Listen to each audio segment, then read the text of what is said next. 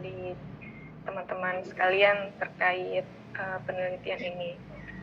Dan mungkin sudah sering juga digunakan oleh para peneliti, mahasiswa, dan lain sebagainya.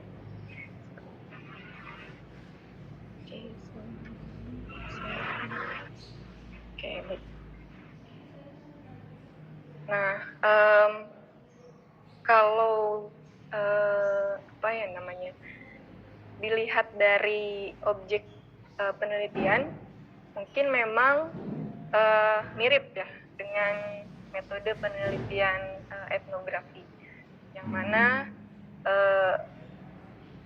kajian atau objek yang diteliti itu mencakup juga dalam studi kasus itu sosial, politik, kemudian fenomena di individu atau masyarakat gitu. Namun apa yang membedakan dari metode penelitian studi kasus ini dibandingkan etnografi, kalau tadi mungkin sudah dijelaskan sedikit bahwa etnografi lebih kepada budaya ya, budaya individu atau kelompok masyarakat yang mana nanti diteliti lebih mendalam terkait interaksi di dalamnya seperti itu. Nah, namun studi kasus di sini lebih komprehensif gitu dibandingkan etnografi. Kalau dari kajian penelitiannya atau objek penelitiannya gitu. Jadi bisa tidak hanya budaya ataupun interaksi masyarakat, tapi lebih umum gitu.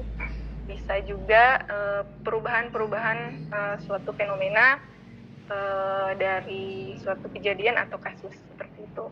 Nah, di sini mungkin dijelaskan sedikit terkait definisi ya, terkait metode penelitian studi kasus. Nah, seperti yang namanya studi kasus, asal katanya dari bahasa Inggris ya, a case study atau case gitu ya, kasus, case studies gitu, yang mana diambil dari kata case.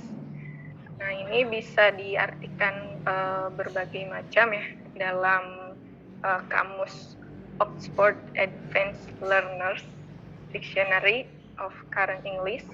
Nah, di sini bisa diartikan tentang contoh kejadian sesuatu atau kondisi aktual dari keadaan atau situasi, juga lingkungan atau kondisi tertentu tentang orang atau sesuatu. Nah, mungkin bisa digarisbawahi juga di sini tentang metode penelitian studi kasus ini, yang dikaji atau yang jadi objek penelitiannya tidak mesti orang gitu, tapi tidak mesti individu atau masyarakat, tapi juga bisa thing gitu. Di sini ada, nah, a person or thing gitu. Jadi bisa tentang orang ataupun tentang sesuatu.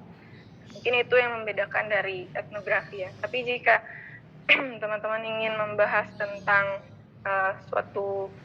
ingin meneliti atau mengkaji tentang perubahan suatu interaksi masyarakat atau budaya, nah mungkin itu lebih cocok ke etnografi. Tapi jika ingin mengkaji suatu case atau kasus tertentu yang kaitannya tidak hanya tentang fenomena masyarakat atau individu tertentu, tapi juga kaitannya tentang sesuatu hal, meneliti hal tersebut lebih mendalam bisa menggunakan metode studi kasus. Karena metode studi kasus ini lebih komprehensif gitu ya, yang dibahas, yang dikaji gitu. Tidak hanya tentang sosial budaya gitu.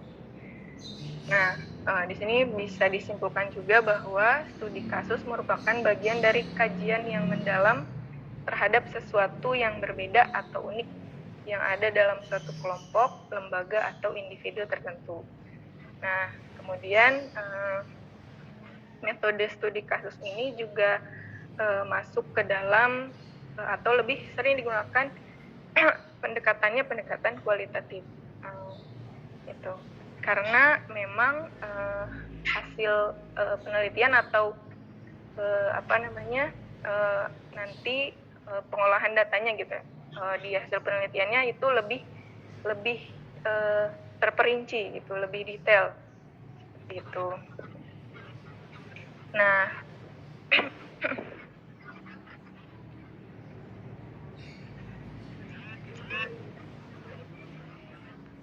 sedikit definisi dari metode penelitian studi kasus.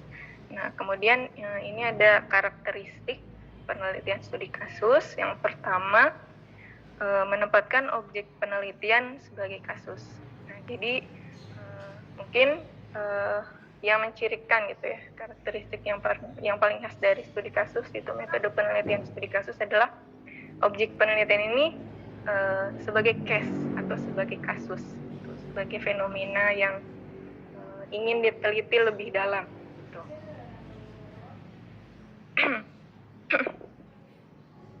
Nah, kemudian yang kedua, memandang kasus sebagai fenomena yang bersifat kontemporer. Nah, bersifat kontemporer berarti kasus tersebut sedang atau telah terjadi, tetapi masih memiliki dampak yang dapat dirasakan pada saat penelitian dilaksanakan, atau yang dapat menunjukkan perbedaan dengan fenomena yang biasa terjadi. Nah, mungkin ini juga jadi karakteristik atau ciri khas ya dari metode penelitian studi kasus, yang mana pendekatannya kualitatif, di mana ini yang membedakan pula sih dengan metode penelitian kuantitatif ya, pendekatan kuantitatif, di mana objek yang dikaji ini bisa berupa case atau kasus yang sudah terjadi atau yang sedang terjadi. Nah, berbeda dengan mungkin yang kuantitatif ya, bisa saja penelitian atau objek penelitiannya itu tidak mesti yang sedang terjadi atau yang sudah terjadi, tapi bisa juga yang ingin diujikan gitu, maksudnya yang belum terjadi gitu. Misalnya seperti ingin menguji atau ingin mengetahui efektivitas suatu hal. Misalnya kalau dalam bidang pendidikan metode pembelajaran misalnya. Metode pembelajaran yang sebelumnya belum pernah dipakai misalnya, terus kita ingin menguji atau ingin mengetahui dampak dari metode tersebut, nah itu baru menggunakan kuantitatif gitu. Tapi kalau misalnya untuk metode studi kasus ini, yang dikaji adalah hal yang sudah terjadi atau yang sedang terjadi. Nah, contohnya misalnya seperti kita ingin mengkaji hal-hal yang sekarang sedang sedang umum dibicarakan, misalnya tentang COVID misalnya gitu. Kalau dalam hal pendidikan misalnya ingin mengkaji perubahan pembelajaran daring ke luring misalnya gitu, atau kemudian dampaknya terhadap proses pembelajaran seperti apa ke siswanya, atau ke metode pembelajaran di gurunya jadi harus seperti apa. Nah, itu kan juga merupakan case ya, atau kasus yang sepertinya menariknya untuk diteliti, yang mana kasus ini sedang terjadi gitu kan, sudah terjadi atau sedang terjadi kayak gitu. Nah, seperti itu. Kemudian yang ketiga, dilakukan pada kondisi kehidupan sebenarnya. Nah, ini mungkin jadi karakteristik juga ya. Tapi ini juga sebetulnya tidak hanya metode studi kasus ya, cuma kayak tadi etnografi juga sebetulnya yang diteliti adalah kondisi kehidupan sebenarnya gitu kan. Karena memang kan namanya juga studi kasus gitu ya, namanya juga case gitu. Jadi kaitannya dengan kehidupan sebenarnya gitu. Jangan sampai yang ingin diteliti ini hal-hal yang fiktif gitu, tapi harus kaitannya dengan kehidupan sebenarnya. Jika yang diteliti ini adalah hal yang fiktif, maka hasilnya nanti akan bermasalah di reliabilitas atau validitas dari hasil penelitian ini. Seperti itu. Nah, kemudian yang keempat, menggunakan berbagai sumber data. Nah, penggunaan berbagai sumber data ini dimaksudkan untuk mendapatkan data yang terperinci dan komprehensif yang menyangkut objek yang diteliti. Di samping itu, hal tersebut juga dimaksudkan untuk mencapai validitas dan reliabilitas penelitian.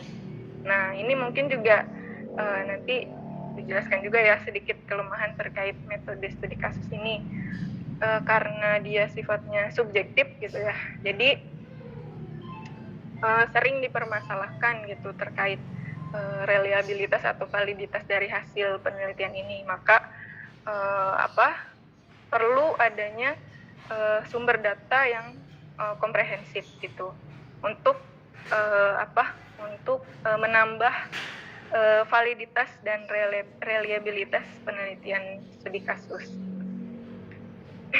Jadi perlu adanya berbagai macam sumber data seperti itu. Kemudian yang kelima, menggunakan teori sebagai acuan penelitian. Nah, ini sebetulnya sih tidak hanya di metode penelitian studi kasus ya, di semua metode penelitian juga acuannya terhadap teori ya. Semuanya pasti ada acuan teorinya seperti itu. Jadi tidak hanya di studi kasus sebetulnya. Baik, selanjutnya yaitu teknik penelitian studi kasus. Nah, di sini ada beberapa teknik, namun saya kutip dari salah satu ahli. Yang pertama yaitu merumuskan tujuan penelitian. Nah, ini mungkin semua metodologi pasti perlu adanya tujuan penelitian seperti itu. Kemudian yang kedua, menentukan unit-unit studi, sifat-sifat mana yang akan diteliti dan hubungan apa yang akan dikaji, serta proses-proses apa yang akan menentukan penelitian. Gitu. Jadi perlu dikenali juga gitu terkait case-case apa yang ingin diteliti atau dikaji seperti itu. Kemudian yang ketiga, menentukan rancangan dan pendekatan dalam memilih unit-unit dan teknik pengumpulan data mana yang digunakan. Sumber data apa yang tersedia. Nah, ini juga sepertinya mungkin ini lebih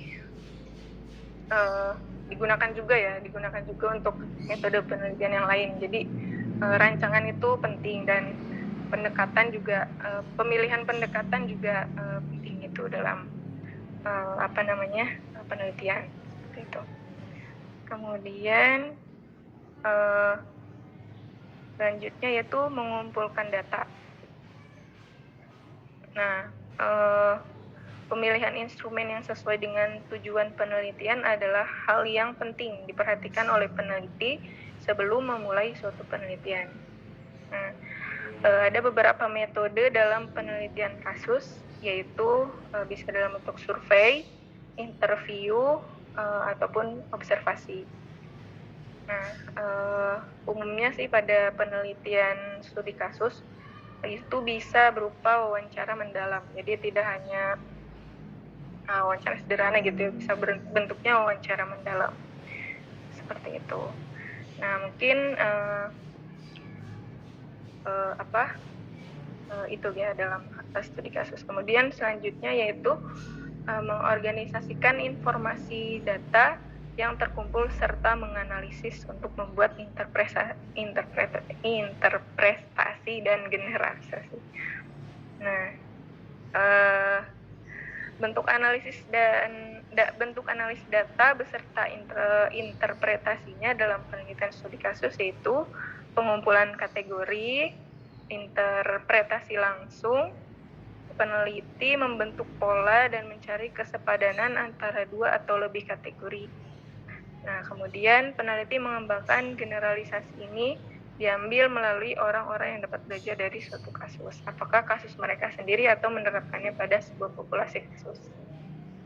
Kemudian yang terakhir yaitu menyusun laporan dengan memberikan kesimpulan serta implikasi dari hasil penelitian. Gitu.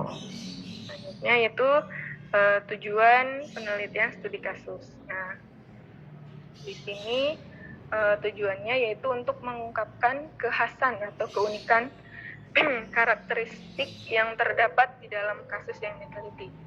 Nah, fokus utamanya dari penelitian studi kasus adalah pada kasus yang menjadi objek penelitian. Kasus itu bisa ada dan ditemukan hampir di semua bidang. Oleh karena itu, segala sesuatu yang berkaitan dengan kasus seperti sifat alamiah kasus, kegiatan, fungsi, kesejarahan, kondisi lingkungan, dan berbagai hal lain yang berkaitan dan mempengaruhi kasus harus diteliti dengan tujuan untuk menjelaskan dan memahami keberadaan kasus tersebut secara menyeluruh dan komprehensif. Ya. Intinya tujuan penelitian studi kasus ini yang pasti ingin mengkaji atau mengetahui suatu keunikan atau hal yang menonjol dari suatu kasus gitu, dampak-dampak apa atau hal-hal apa yang bisa diambil gitu dari suatu kasus atau suatu kejadian atau fenomena gitu. Selanjutnya yaitu kelebihan dan kelemahan dari studi kasus. Nah, yang pertama ini mungkin kelebihannya terlebih dahulu. Studi kasus merupakan sarana utama bagi penelitian emik. Nah, penelitian emik ini maksudnya penelitiannya ini dilihat dari sudut pandang objek yang diteliti gitu. Jadi yang diteliti itu memang betul-betul tadi ya, kejadian sebenarnya gitu, kehidupan sebenarnya. Jadi yang data yang diambil pun memang diambil dari sudut pandang misalnya masyarakat yang diteliti seperti itu. Kemudian studi kasus menyajikan uraian menyeluruh yang mirip dengan apa yang dialami pembaca dalam kehidupan sehari-hari. Nah, ini juga tadi sempat disinggung ya bahwa studi kasus ini memang real life gitu ya, maksudnya kehidupan sebenarnya. Jadi mungkin bisa ada hal value yang diambil dari pembaca terkait case yang ada di kehidupan sebenarnya gitu. Nah, kemudian yang ketiga, studi kasus merupakan sarana efektif untuk menunjukkan hubungan antara peneliti dan responden. Nah, sebetulnya ini tidak hanya di studi kasus ya, tapi di penelitian lain juga sama gitu, khususnya yang kualitatif karena si peneliti memang betul-betul terjun langsung gitu ke case tersebut atau ke lapangan gitu. Jadi ada yang pasti ada hubungan yang efektif di sana gitu antara si peneliti dan responden. Nah, kemudian yang keempat, studi kasus memungkinkan pembaca menemukan konsisten internal yang tidak hanya merupakan konsisten gaya dan konsisten faktual, tapi juga keterpercayaan. Nah, karena di sini memang yang diteliti adalah tadi ya real life gitu. Jadi kehidupan sebenarnya, maka ini juga mungkin jadi poin plus kepada pembaca untuk mengambil value itu itu tadi terkait kehidupan sebenarnya gitu, poin plus atau value yang bisa diambil dari case yang sudah terjadi itu tadi. Nah, kemudian yang kelima, studi kasus memberikan uraian tebal yang diperlukan bagi penilaian atas transferabilitas. Mungkin ini lebih kepada ke komprehensif tadi ya. Tuh. Terus studi kasus terbuka bagi penilaian atas konteks yang turut berperan bagi pemaknaan atas fenomena dalam konteks tersebut. Nah, di sini maksudnya karena metode studi kasus ini pendekatannya kualitatif, jadi betul-betul fleksibel, artinya semua hal yang berkaitan dengan atau semua yang berkaitan dengan penelitian studi kasus ini bisa diambil maaf sebentar.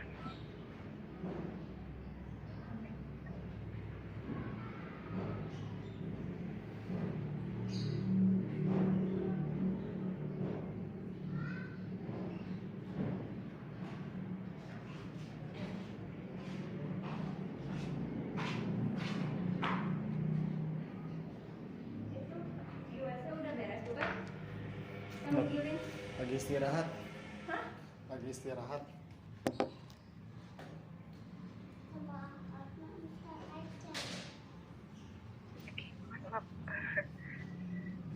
Saya lanjutkan. Studi kasus mampu mengungkapkan hal-hal yang spesifik, unik, dan hal-hal yang amat mendetail yang tidak dapat diungkap oleh studi lainnya. Kan udah dibantuin. Mungkin ini juga satu kelebihan ya, yang khas gitu dari metode yang menggunakan pendekatan kualitatif, di mana hasil penelitian atau pengolahan datanya itu lebih spesifik, lebih mendetail dan terperinci gitu dibandingkan dengan kuantitatif misalnya yang sifatnya tuh berupa angka gitu. Jadi kadang kan kalau hanya angka ya udah gitu stuck di angka gitu. Tapi kalau misalnya kualitatif itu bisa lebih deskriptif dan lebih mendetail gitu. Nah, selanjutnya selain kelebihan, tentunya pasti dalam suatu metodologi pasti ada kelemahannya. Nah, yang pertama, karena anggota sampel terlalu kecil, sulit dibuat inferensi pada populasi.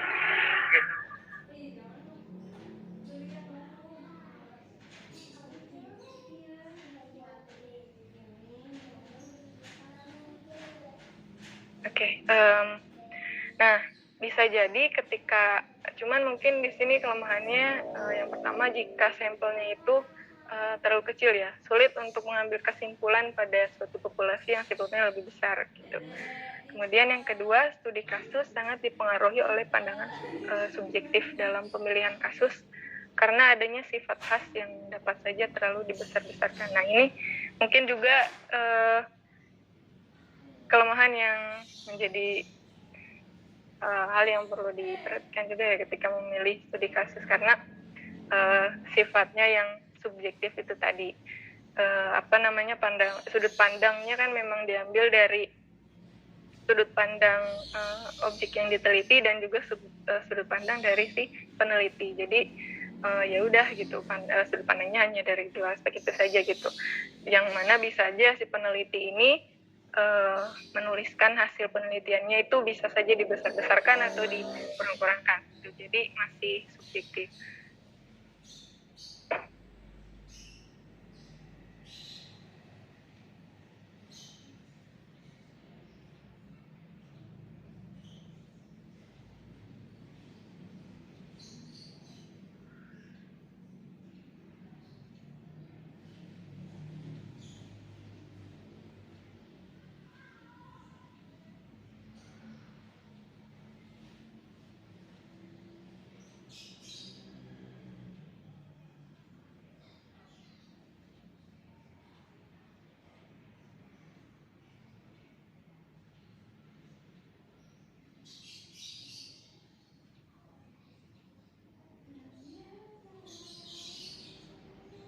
Baik, mohon maaf.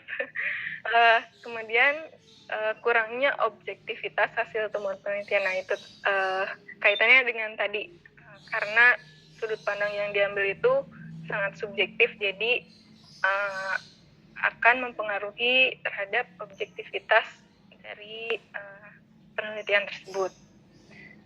Kemudian yang terakhir, dari kacamata penelitian kuantitatif, studi kasus dipersoalkan dari segi validitas, reliabilitas, dan generalisasi. Nah, ini juga ada kaitannya tentang sudut pandang subjektif itu tadi, yang mana ini akan mempengaruhi terhadap validitas dan reliabilitas hasil penelitian dari studi kasus itu sendiri. Nah, mungkin itu saja terkait metode penelitian studi kasus. Assalamualaikum warahmatullahi wabarakatuh. Waalaikumsalam warahmatullahi wabarakatuh.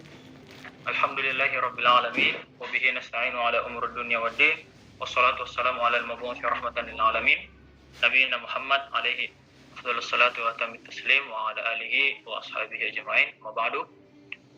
Fadilatul Doktorah Al-Ustazah Wati Susiawati hafizahullah wa nafa'ana bi'ulumiha fid darain.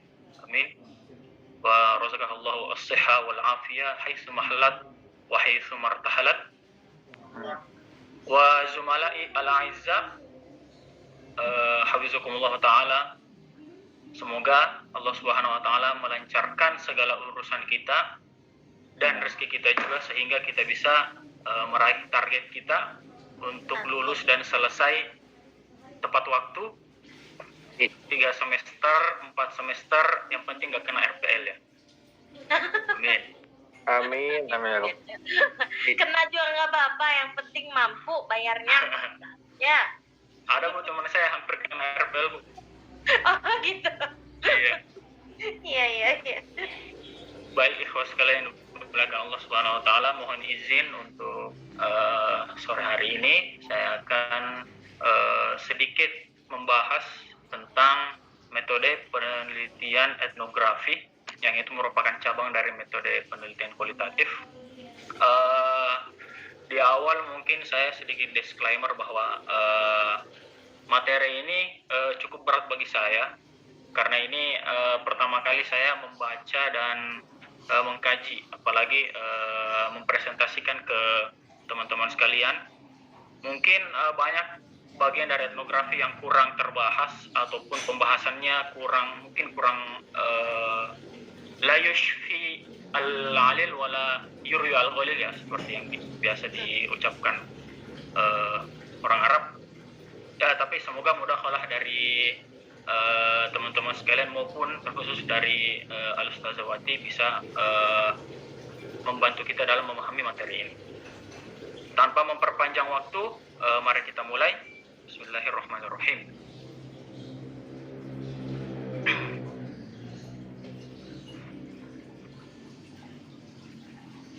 Insya Allah pada kesempatan kali ini saya akan berusaha menjelaskan etnografi dari 3 poin penting.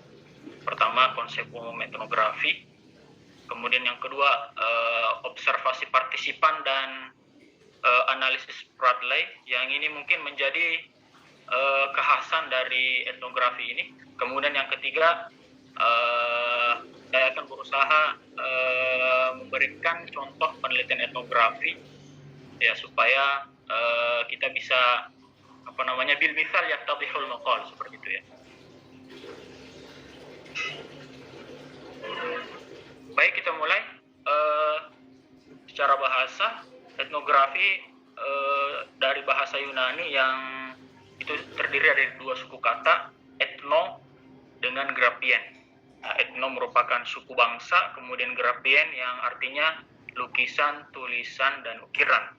Lebih lanjut, istilah ini kemudian diartikan sebagai sejenis tulisan yang menggunakan bahan dari penelitian lapangan untuk menggambarkan kebudayaan manusia. Ada pengertian lain yang mengatakan bahwa etnografi merupakan tulisan atau laporan tentang deskripsi suatu suku bangsa yang ditulis oleh seorang antropolog atas hasil penelitian lapangan yang dilaksanakan sekian bulan atau sekian tahun. Ya, jadi etnografi ini kurang lebih dia merupakan hasil dari kajian antropologi, seperti itu ya. Kemudian secara istilah, John van Manen itu mengungkapkan bahwa penelitian etnografi dilakukan ketika digunakan sebagai metode.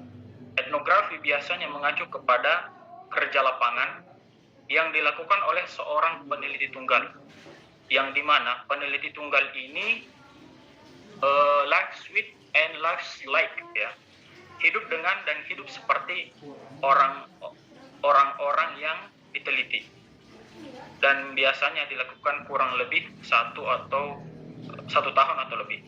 Jadi memang studi etnografi ini para peneliti itu harus betul-betul membaur dan tidak mengintervensi dan selalu menjaga kenaturalan dari data yang dia peroleh. Oh, ini ada yang sedang masuk. Kemudian selanjutnya,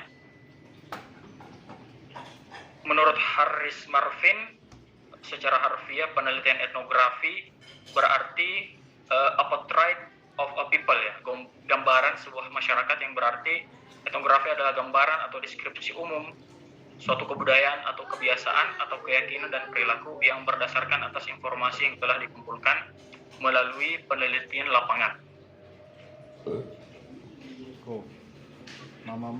Di sini beliau menekankan aspek kebudayaannya, bahwa etnografi adalah penelitian tentang kebudayaan, mendeskripsikan kebudayaan.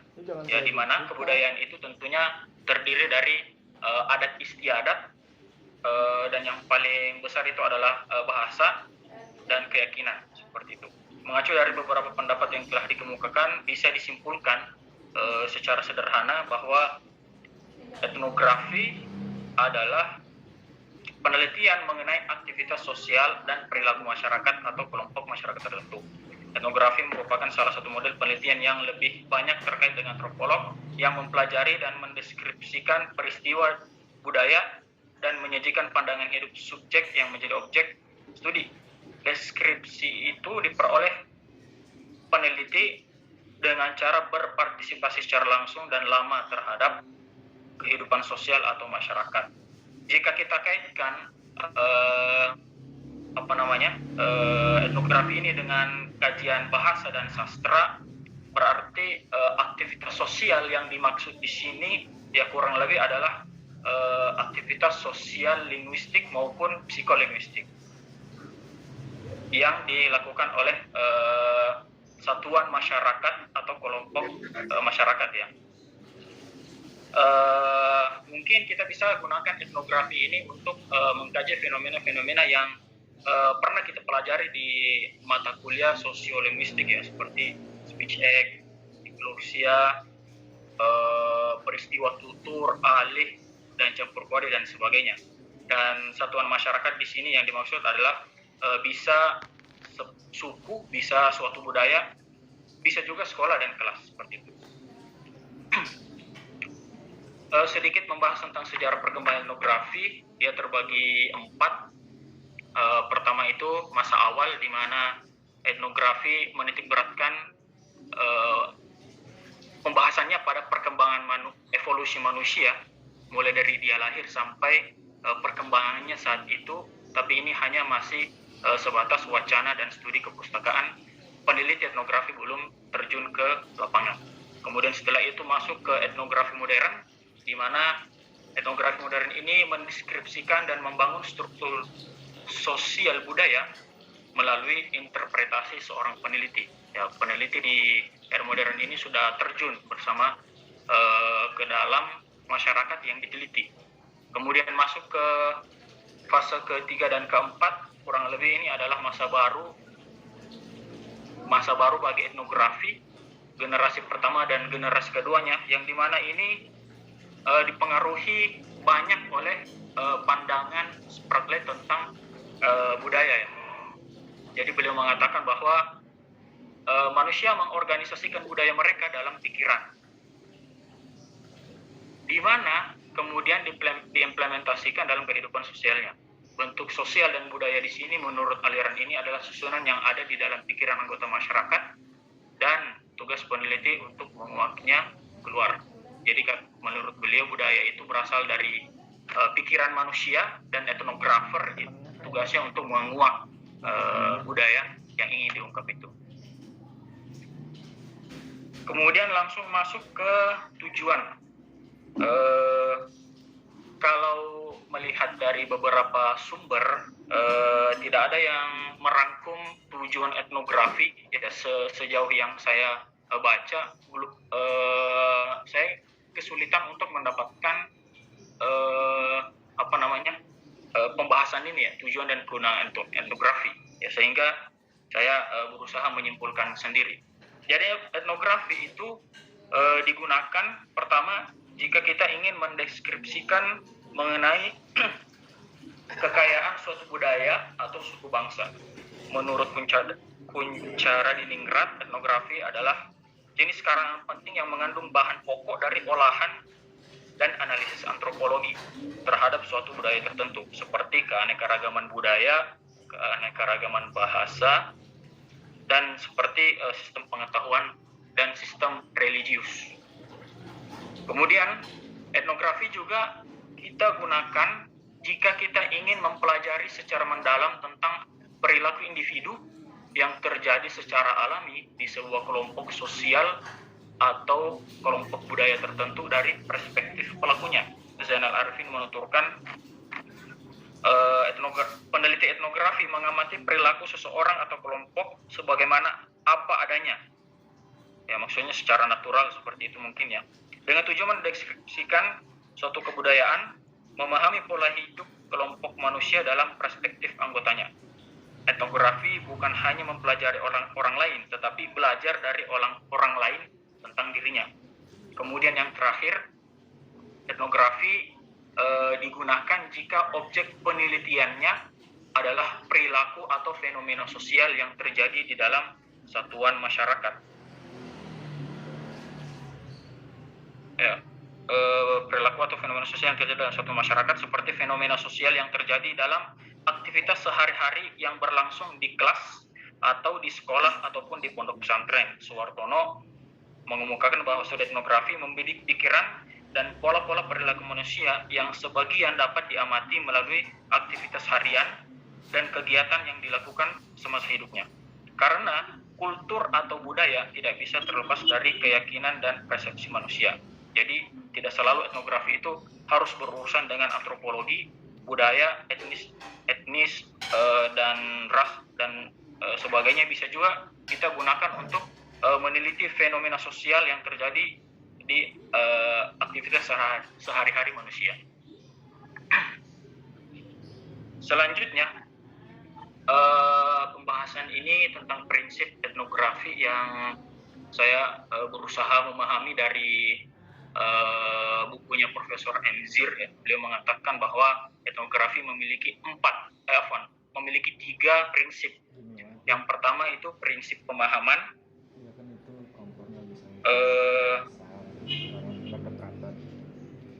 Prinsip pemahaman di sini artinya sepemahaman saya,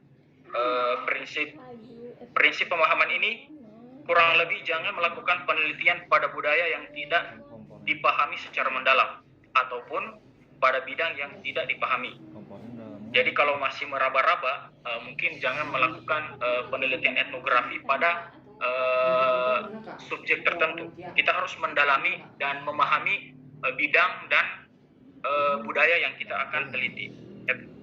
Di sini Profesor Emzir mengungkapkan untuk itu meneliti latar budaya yang lebih dikenal itu lebih baik daripada meneliti yang masih asing agar terhindar dari resiko kesalahpahaman budaya.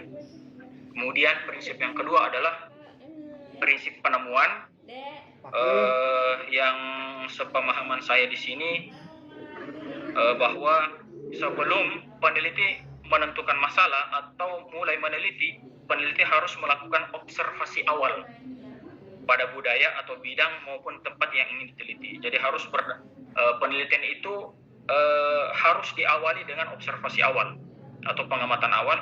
Peneliti harus yaitu tadi, kemudian tujuannya agar mendapatkan fenomena dan memastikan fenomena yang ingin diteliti itu benar-benar terjadi dan benar-benar berlaku di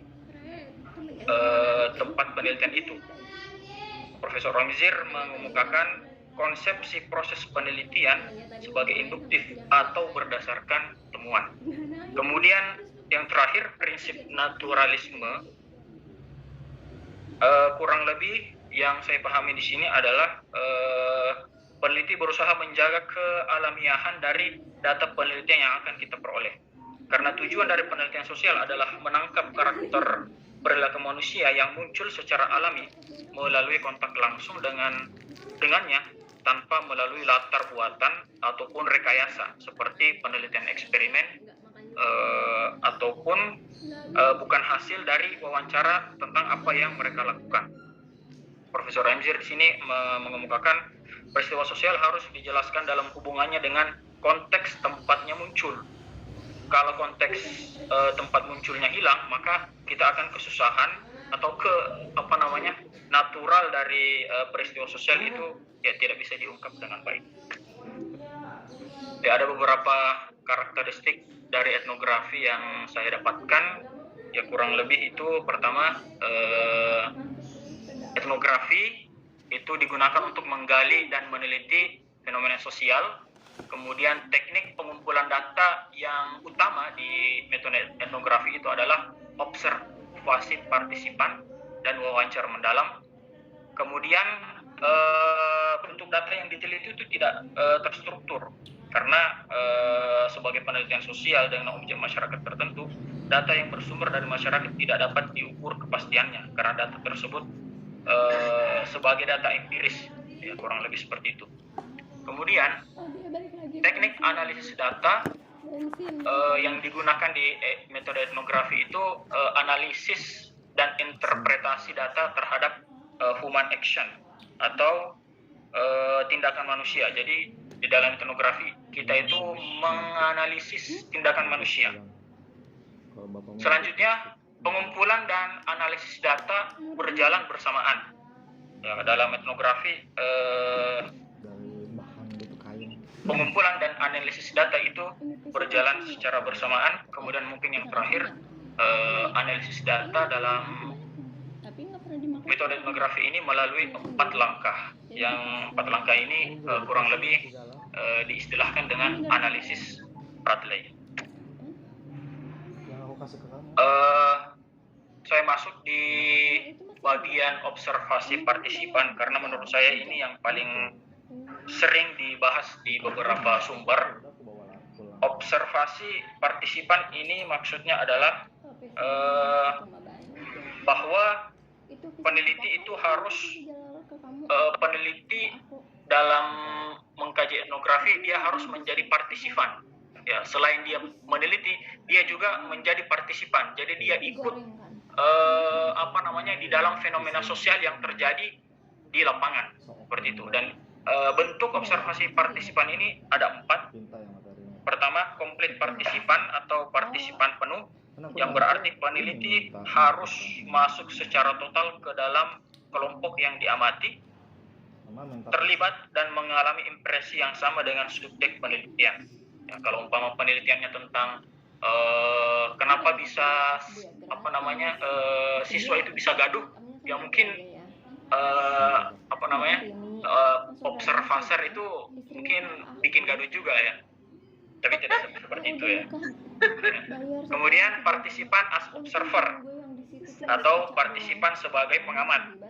Observer pada kegiatan partisipasi ini mengamati dan menjadi bagian dari kelompok.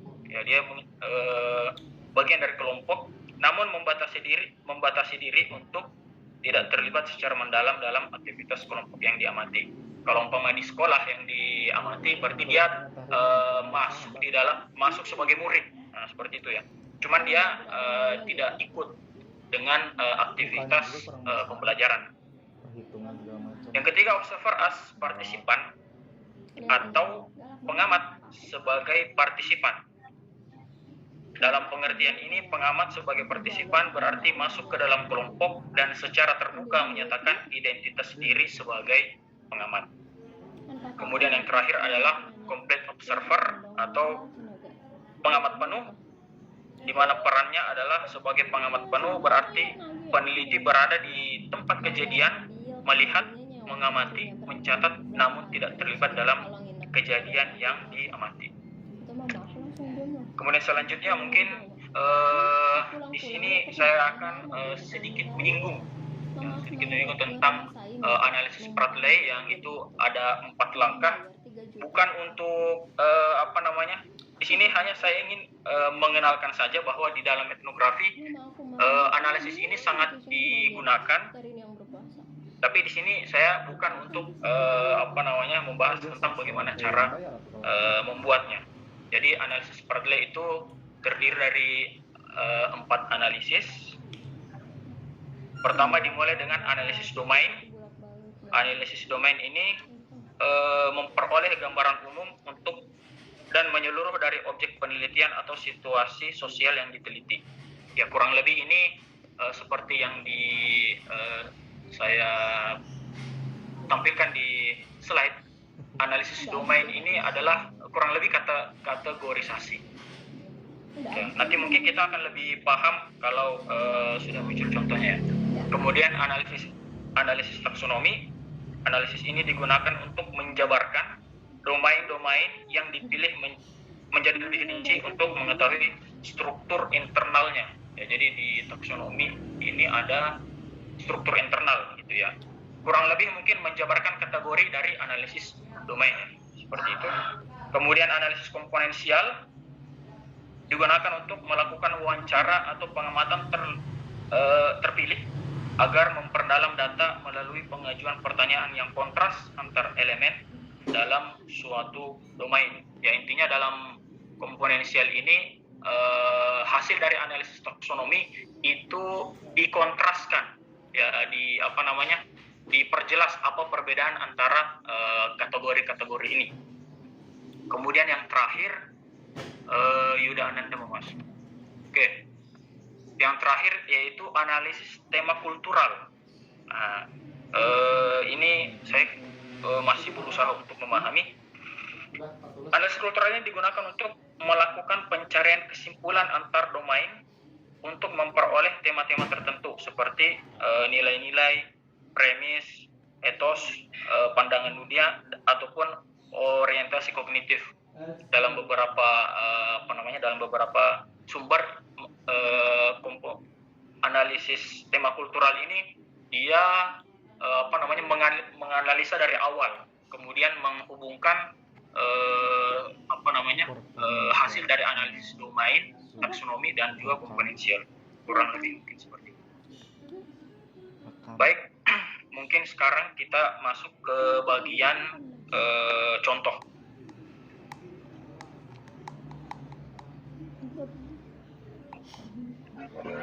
Karena tahu kalau kamu mau sudah sambil ya mukanya.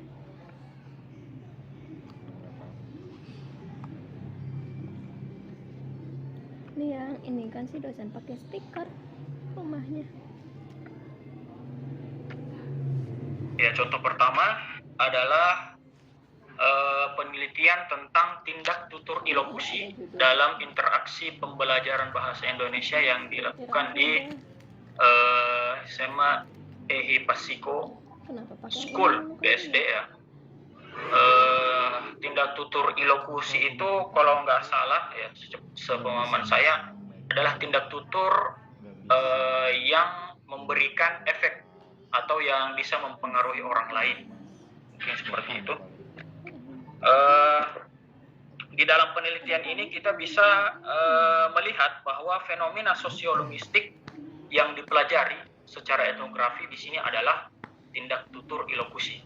Ya, jadi fenomena sosiolinguistik yang diamati di sini adalah tindak tutur. Kemudian tadi sempat kita bahas tentang prinsip dari etnografi. Ya, prinsip pertama itu adalah prinsip penemuan, ya, di mana peneliti harus melakukan observasi awal, dan di sini ya, peneliti itu telah melakukan observasi awal ya. Di sini bisa dilihat laporannya ya. Jadi di dalam penelitian ini peneliti itu melakukan observasi awal dan sudah menulis laporannya, dan berdasarkan laporan itu akhirnya dia memilih untuk melakukan penelitian di tempat ini, seperti itu ya. Kemudian di dalam penelitian ini kita bisa juga lihat prinsip naturalisme berupa observasi dengan kontak langsung dengan situasi dan kondisi munculnya fenomena tindak tutur ilokusi tanpa melalui rekayasa.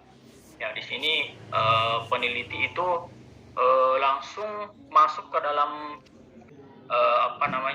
jenis dari tindak tutur ilokusi.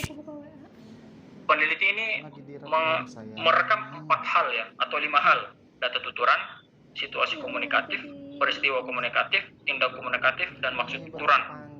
Peneliti melihat secara langsung semua peristiwa komunikasi yang menjadi bahan penelitian atau bahan yang akan dianalisis yang memiliki kaitan dengan tindak tutur ilokusi.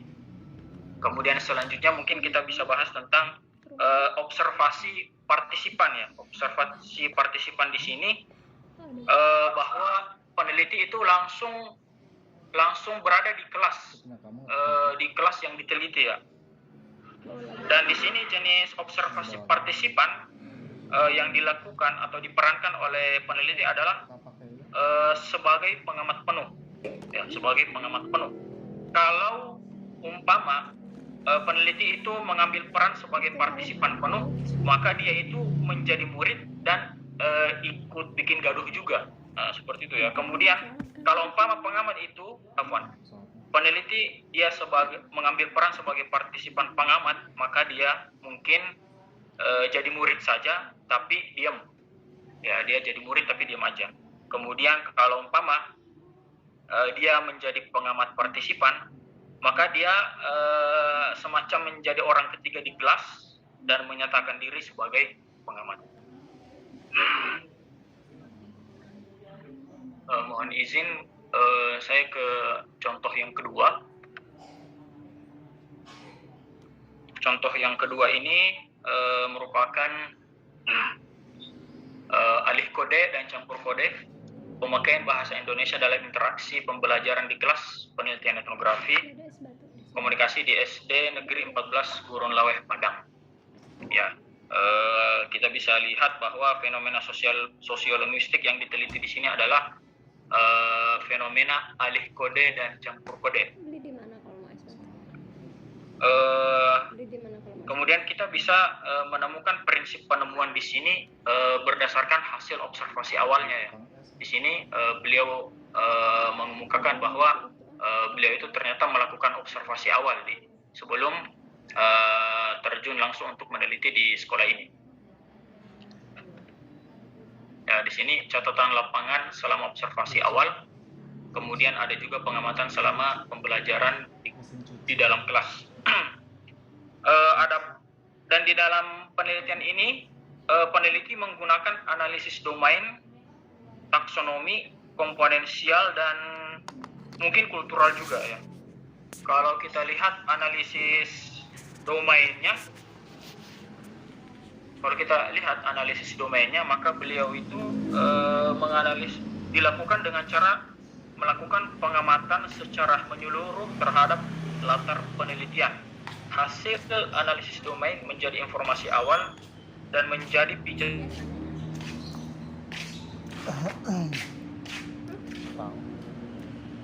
Apa?